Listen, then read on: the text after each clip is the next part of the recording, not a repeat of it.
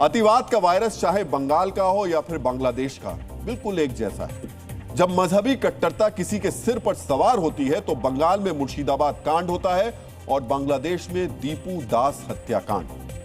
दीपू के साथ जो बर्बरता बांग्लादेश के मेमन सिंह में हुई वो अत्याचार की अति की श्रेणी में आती है। इतिहास की किताबों में इसे मजहबी घृणा के निकृष्टतम उदाहरण के तौर पर गिना जाएगा।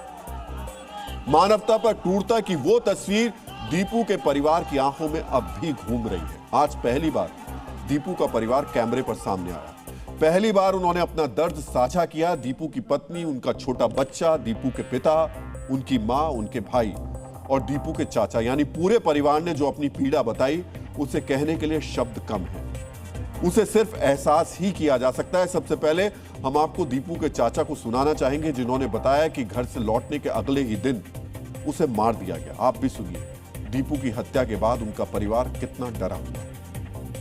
7:30 बजे खबर पाया गया ये दीपू का तो ये भावे ताकि इस्लाम के विरुद्ध भावे कोई के उसकी बंगाली मार गया। तो वही में निकास करता है थाना के गेट में आस्ते आबार बोल गया ये दीपू नहीं है। तो हम बोल गया ये दीपू कहाँ चल गया, क्या जो हो गया हम लोग तो नहीं दे गया। किसी तो डर लग गए है, उसकी हुमकी दे गया, हुमकी दे गया। हाँ, तो हम लोग तो निरहो आदमी है, तो हम लोग को तो इस्लाम के इनकी भय पाई गया। डीएनए मित्रों बताइए, जिसके जवान बेटे को इतनी बर्बरता के साथ मार दिया जाता है वो कैसे नहीं डरेगा। जिसे सिर्फ इसलिए मार दिया जाता है कि वो हिंदू है, वो एक मुस्लिम बहुल देश में डर के कैसे नहीं रह पाएगा। ये वो हिंदू परिवार है जो बांग्लादेश में अपनी वतन परस्ती की कीमत चुका रहा है। जब हमने दीपू के पिता से पूछा कि उसे किसने मारा, हत्या की असली वजह क्या थी, इसका जवाब देते हुए उन्होंने क्या कहा वो सुनिए। हमको के कुछ नहीं जानता है क्या लेके क्या होगा, जहाँ हमार बेटा के कैसे मारेगा कुछ ना जानेगा। वो दीपू के साथ कोई ना रहा, वो अकेले में रहा हो तो हम ना बता सकेगी। हम तो घरे रहने हैं। वही लोग है सकल है, मुसलमान है सकल है, मुसलमाने तो है लोग।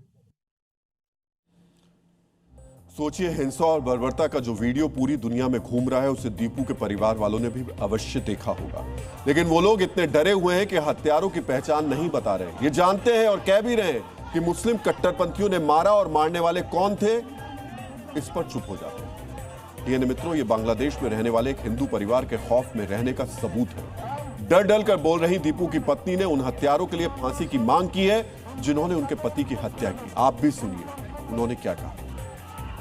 उनकी पत्नी भारत सरकार से यही बोलना चाहती है कि दीपू के साथ यही हुआ है वो गलत हुआ है। दीपू के पत्नी यह चाहती है दीपू के साथ यही को है देखने मैंने कहा है तो उसने के फांसी चाहती है।